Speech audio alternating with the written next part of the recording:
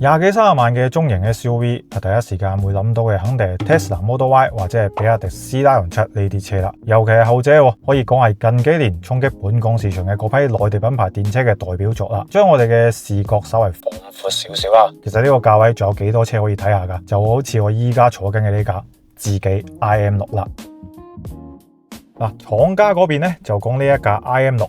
係一架 SUV， 咁其實佢又同 Model Y 嗰種感覺係有啲似嘅，支架變厚咗嘅房車。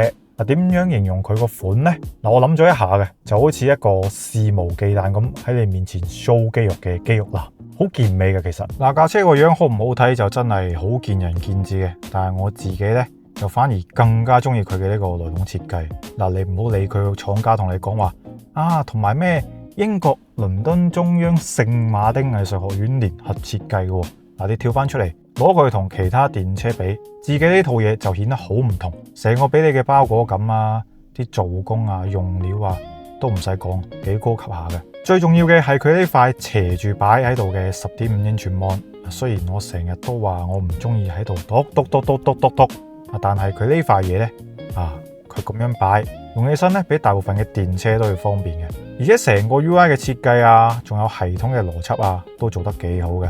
我哋可以睇到呢架車呢，其實有好多嘅配置嘅。智能駕駛輔助啦，具體仲有啲我覺得真係唔需要一個一個列出嚟嘅，因為你諗到嘅佢都有。就係想同大家講，哪怕係最入門嘅嗰部 Standard 版，都只係少咗一個主動控制阻尼同埋空氣懸掛嘅啫。其他嗰啲便利性嘅嘢智能駕駛嘅嘢佢都係原汁原味留翻晒俾你噶。你話最令人深刻係啲乜嘢？咁梗係就係嗰個一鍵泊車功能啦。比起普通嘅一鍵泊車呢，佢仲識得幫你一鍵貼邊，話架車可以自動喺盡可能貼邊嘅情況下呢，唔刮到你塊鏡同埋隻鈴嘅。咁仲有一鍵脫困啦，就好似字面意思咁樣，遇到啲地獄泊位佢都可以全身而退。唔理點都好，呢一項配置簡直就係 P 牌仔福音啦。咁佢嘅具體表現點樣呢？我今日揸嘅呢一架 Long Range 版本就係後驅單摩打嘅，用100度嘅3元鋰電 ，WLTP 625公里，用嘅800伏平台呢，15分鐘就可以衝到320公里續航。咁成架車俾我嘅感覺，首先就係好靈活啦，唔多似話有4.9米咁樣嘅感覺嘅。靈活得嚟，佢變線超車嗰啲情況下，你又覺得佢幾穩健下嘅。當然啦，佢個4輪轉向係真係喺度做緊嘢嘅。我主要行嘅係呢個 Comfort 模式，成架車係好柔和，完全就係家庭車嘅 setting。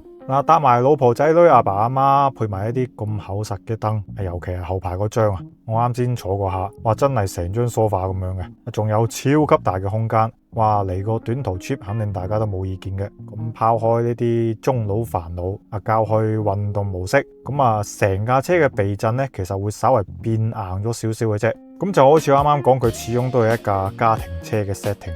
如果你想要翻一啲極致一啲嘅感覺，可能都係嗰架 IM5或者係嗰架房車更加適合你多啲啦。總嘅嚟講 ，IM6 咧係一架內外兼修嘅車，無論係個配置水平啦、空間啦，到佢俾我嘅駕控體驗啦，都可以講係非常之出色嘅。依家一換一咧就剩低冇幾日噶啦，連埋架 IM5，依家代理仲有少量現貨，價格都仲可以做到26.8萬起。